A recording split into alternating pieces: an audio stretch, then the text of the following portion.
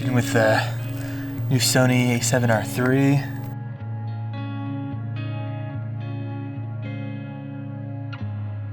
Hey guys, this is Dan Ballard here. I'm a pro travel and landscape photographer from Colorado, and just recently decided to make the switch from Nikon to Sony. I've been thinking about that for quite a while now, and finally with the A7R III decided to pull the trigger. Don't normally share videos like this, and normally don't share camera videos, but I've had a lot of people, a lot of my students, I teach a lot of workshops, and I've had a lot of students and a lot of people ask me why I decided to make that decision and what the reasons were. So just decided to share a few thoughts on first of all, what I think about the A7R III, and then also kind of why I felt like it's, kind of was finally time for me to make the jump from Nikon to Sony. For the longest time, I just felt like mirrorless wasn't quite there. We weren't quite ready. The A7R II was, a great camera. I loved it. I've been recommending that camera to students for quite a while now, but wasn't quite ready to make the jump. The battery life, the lack of dual memory card slots. So just a few issues that they've fixed on the A7R III, and I really feel like going to the super small, lightweight body.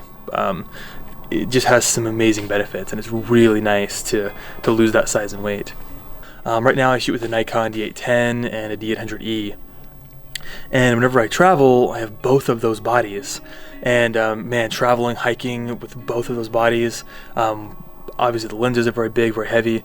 So man, it's just a pretty major difference now going with the Sony between the main camera and the backup body. Wow, the weight and size is really amazing, the difference. There's a few different things that finally have kind of made me decide to go ahead and make the switch here. A lot of these things people talk about, things like the battery life. The battery life on the A7R III compared to the A7R II, pretty substantial so far.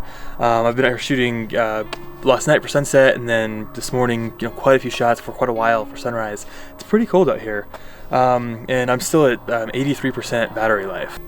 The other thing was a dual memory card slot.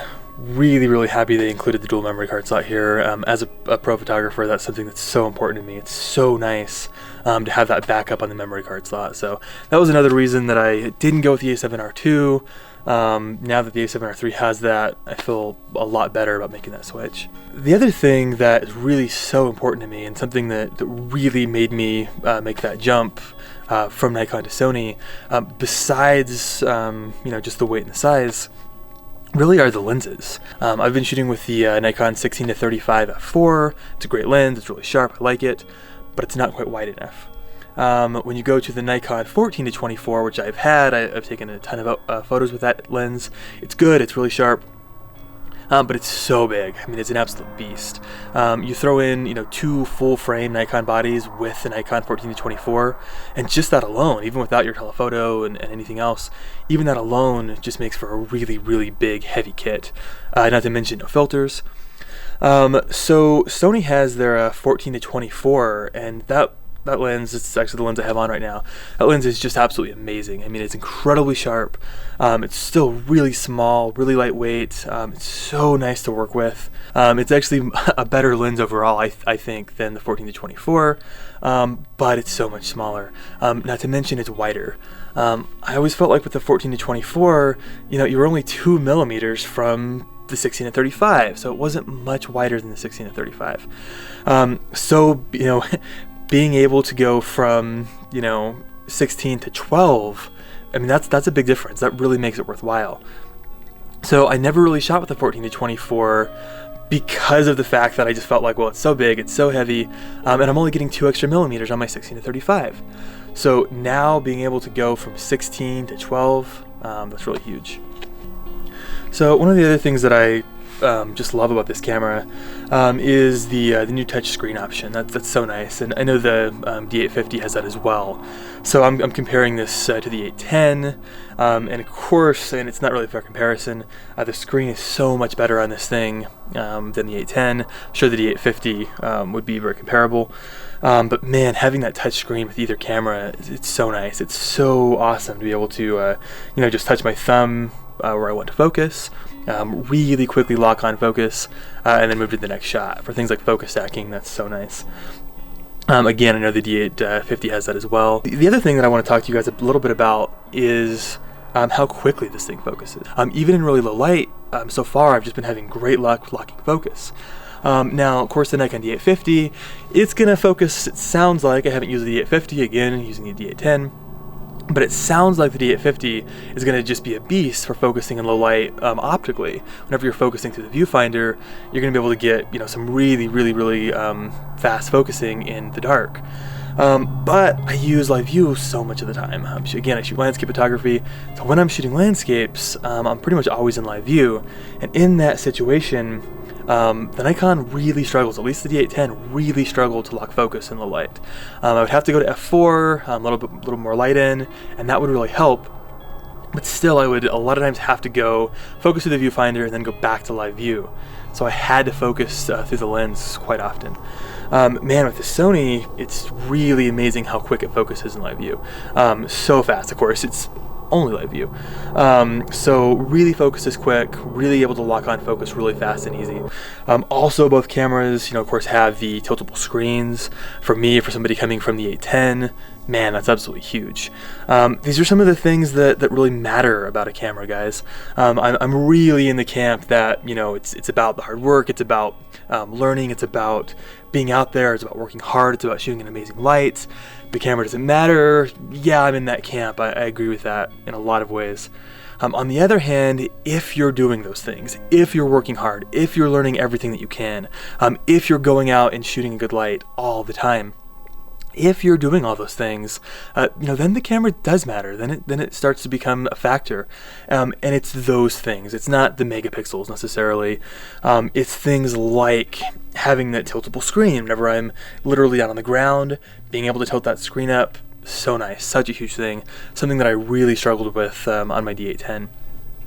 This touch focus thing, allowing me to take so many more shots. I mean, being able to touch and focus quickly, whenever I'm focus stacking, when light's happening, when things are changing fast, man, that's such a huge thing.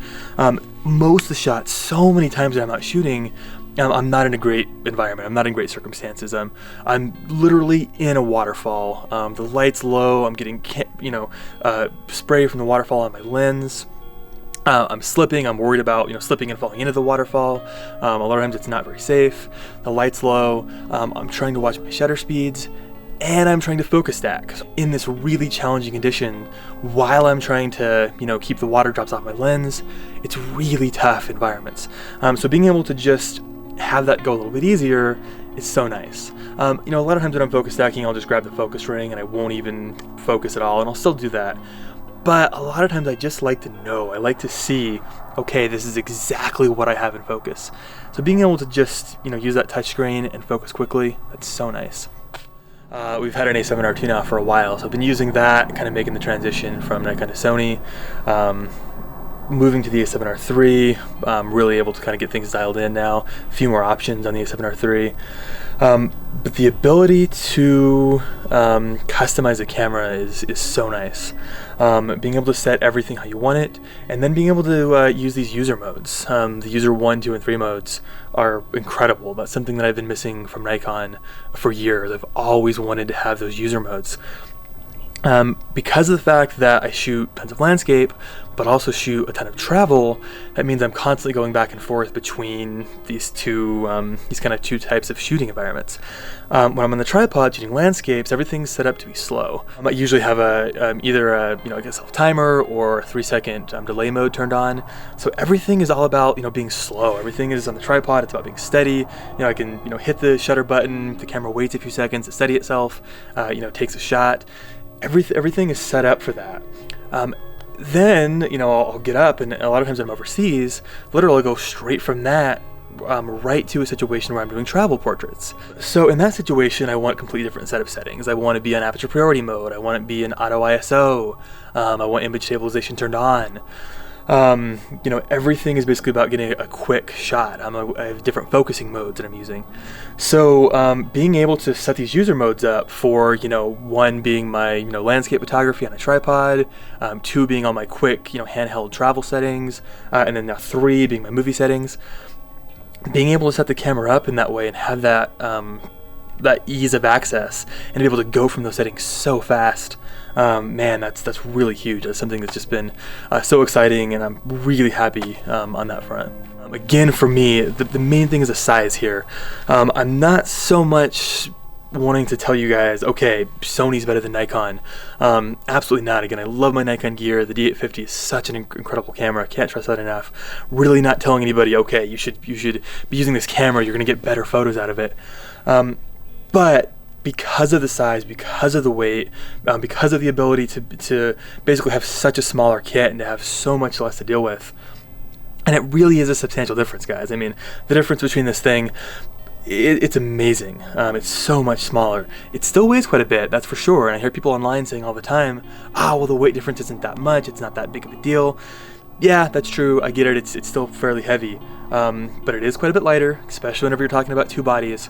And it's so much smaller. I mean, it allows me to keep my kit size so much smaller. So really, really like the size. But the main thing is you can now have that size. You can now go to that smaller body. You can now have a lot of these really cool things that the mirrorless offers. And there's not really that downside anymore. If you're out there working hard, if you're shooting in good light, you're gonna be able to make amazing photographs on whatever camera you're using. If you have the ability to get a camera like this though, man, some of these things, some of these new features, they really do make a difference, and they do allow the camera to kind of get out of your way and allow you to be creative and really get some amazing photographs.